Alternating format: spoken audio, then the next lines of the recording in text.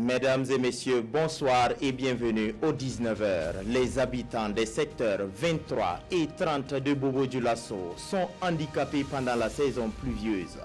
Difficile d'entrer ou de sortir du quartier après une pluie.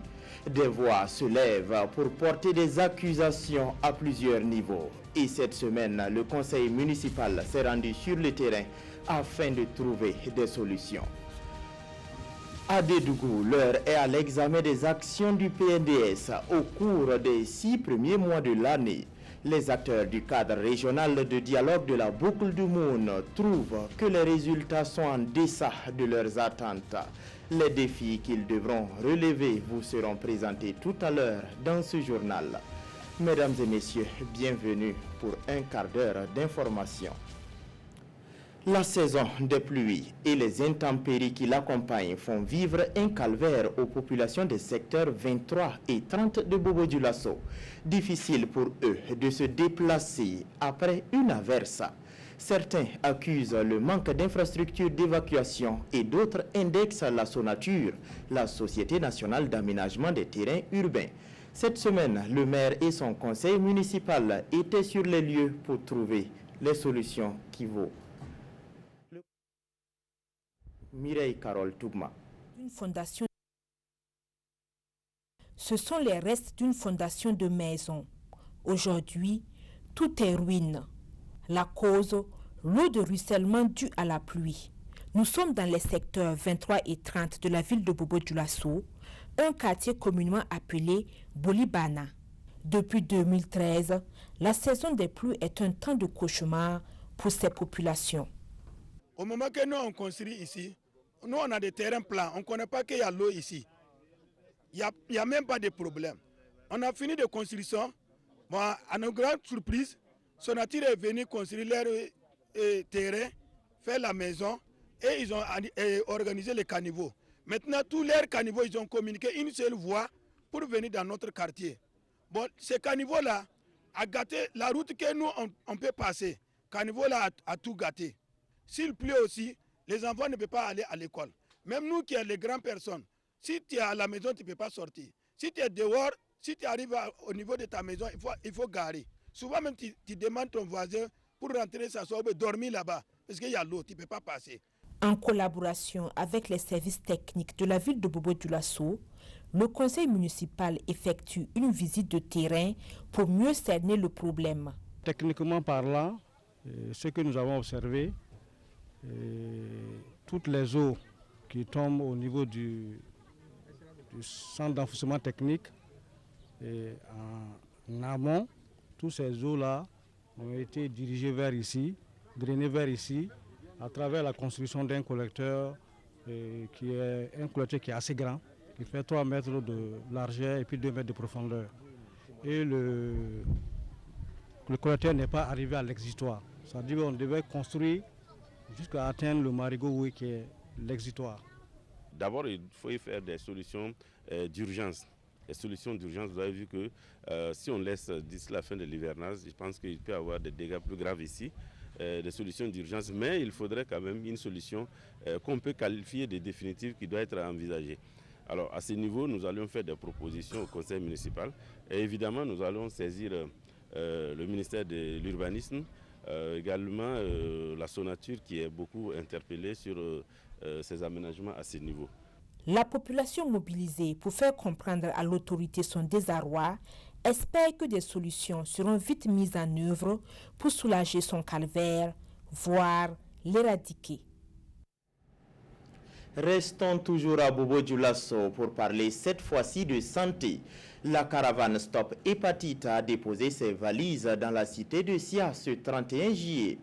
Elle est organisée par l'association Action Santé Préventive et vise à permettre à ceux qui désirent de connaître leur statut en matière d'hépatite et aussi de leur permettre d'effectuer des vaccins ou de prévoir d'éventuels traitements.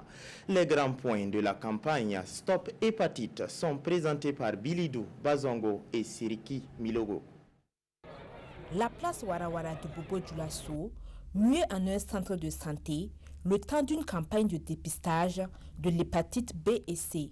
Gibril Baro, commerçant, est présent pour connaître son statut sérologique. Je suis vraiment ravi ce matin de pouvoir le faire. Ouais, c'est pour notre santé. Puis je me sens rassuré maintenant, vu que les résultats sont négatifs. Franchement, je suis vraiment content. Par cette activité dénommée Caravane Stop Hépatite, l'association Action Santé Préventive traduit son slogan à savoir « Mieux vaut prévenir que guérir ». Et au-delà de ce slogan, c'est l'amélioration de la santé de la population par la prévention qui est recherchée. Cette caravane est une caravane de sensibilisation pour que chaque Burkinabé puisse savoir qu'il y a une maladie qu'on appelle les hépatites virales, qu'on peut porter ce virus sans le savoir et qu'il est important que chacun s'élève et vienne faire son dépistage pour savoir, pour connaître son statut.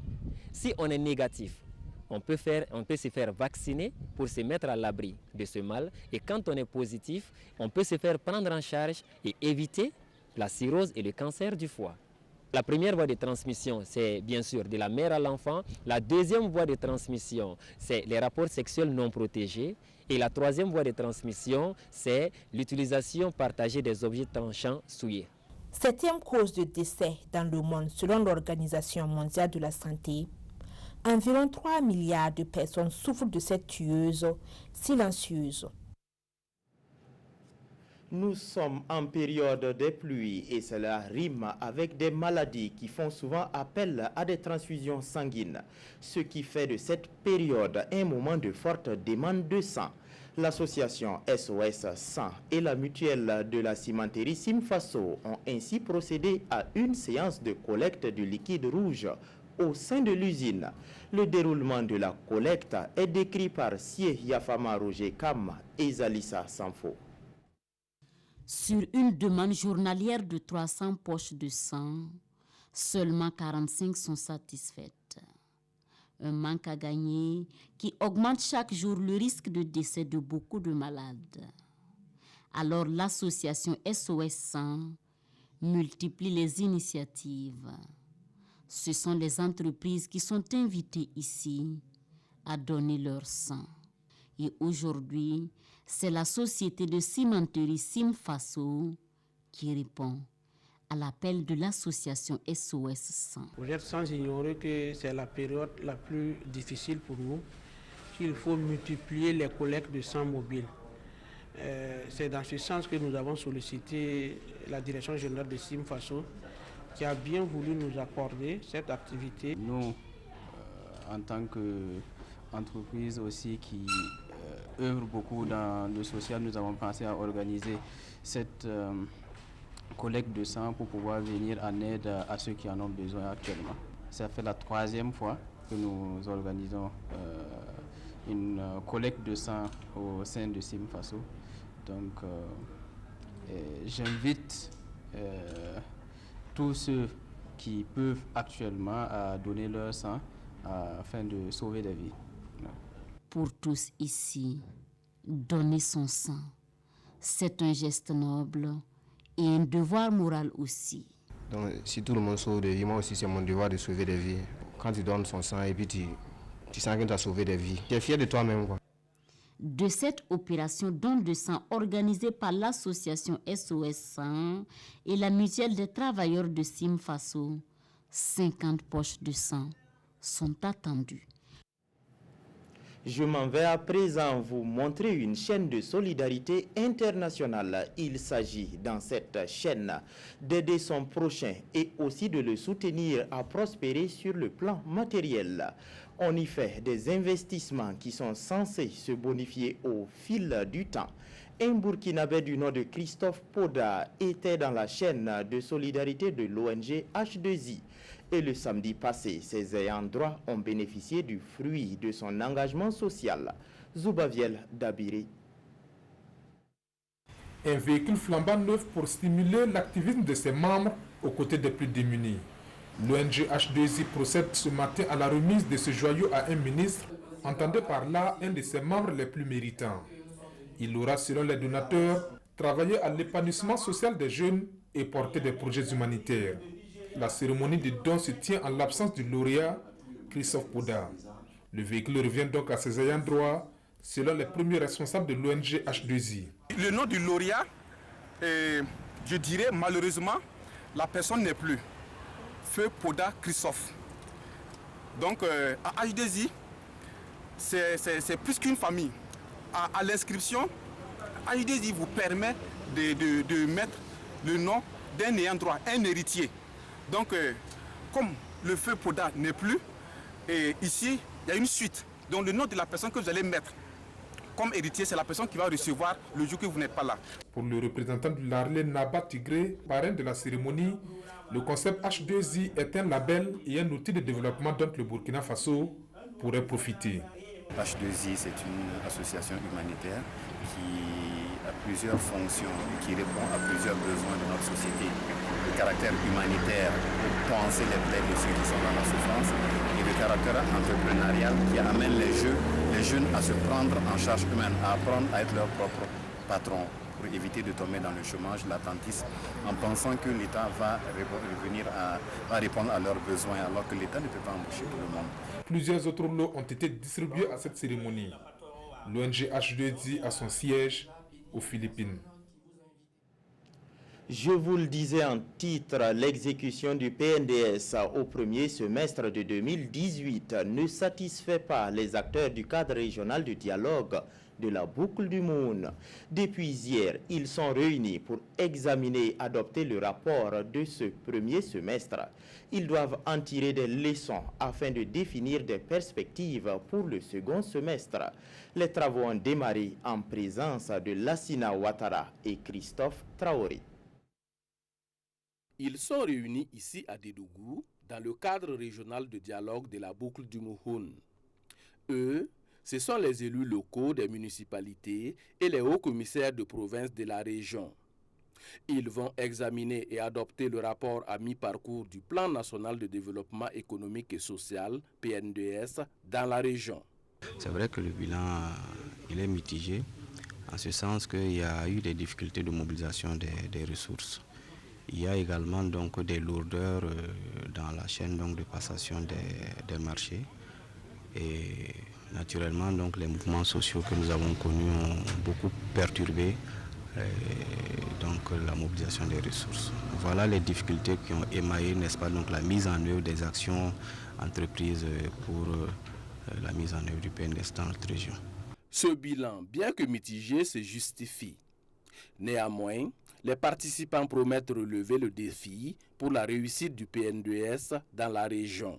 Au cours du deuxième semestre de l'année 2018, déjà, je pense qu'au niveau des remous sociaux, le gouvernement est en train de trouver une solution. Et pour ce qui concerne les lourdeurs administratives, nous comptons organiser une rencontre avec les services concernés pour échanger de long en large sur les différentes difficultés que les uns et les autres rencontrent. Le PNDS est le référentiel national en matière de politique économique et sociale du Burkina. Il va couvrir la période de 2016 à 2020. L'association Relwende de Luxi a 15 ans. Ce 15e anniversaire est célébré sous le signe de la préservation de l'environnement. Les femmes membres de cette association mènent des sensibilisations pour l'utilisation du foyer amélioré, et cela afin de rationaliser le bois de chauffe. Mariam Ouattara. Trouver du bois de chauffe devient de plus en plus difficile, surtout pour les femmes de Luxi, village de la commune rurale de Tanguin-Dassouri. Et comme le terrain commande l'action, l'association Relwende du dit village se dote de foyers améliorés. Il y a des femmes qui préparent le riz, il y a des femmes qui font la tchétché, il y a des femmes qui font le dolo, il y a des femmes qui font le sundala, même le beurre de karité. Et on a pu réaliser 70 foyers améliorés pour l'ensemble des femmes de l'association et même pour les femmes qui ne font pas partie de l'association. Pour les bénéficiaires, l'usage du foyer amélioré est bénéfique à plusieurs niveaux. Nous avons eu les foyers améliorés grâce aux conseillers du village. Avant, de rares bois que nous utilisons étaient gaspillés. Depuis que nous avons les foyers, nous économisons en bois et en énergie, ce qui contribue à protéger la nature. Le parrain et le maire de la commune de Tanguin-Dassouri ont loué l'initiative. Nous sommes là encore pour respecté la loi d'avril de Thomas Sankara depuis la Révolution, où on avait interdit la coupe abusive du bois et la divagation des animaux et des choses, des feux de brousse. Voilà. C'est dans ce sens-là que, avec l'association, nous avons essayé quand même de revenir là-dessus pour les aider avec les foyers améliorés. Je crois que c'est une satisfaction pour moi et puis l'ensemble du conseil municipal, dans la mesure où c'est une association quand même qui a une existence de près de 15 ans. Pour encourager l'action des femmes, 30 arbres fruitiers ont été remis à l'association. C'est tout pour ce journal. Merci de l'avoir suivi et resté fidèle au programme de la télévision du Burkina. Bonsoir.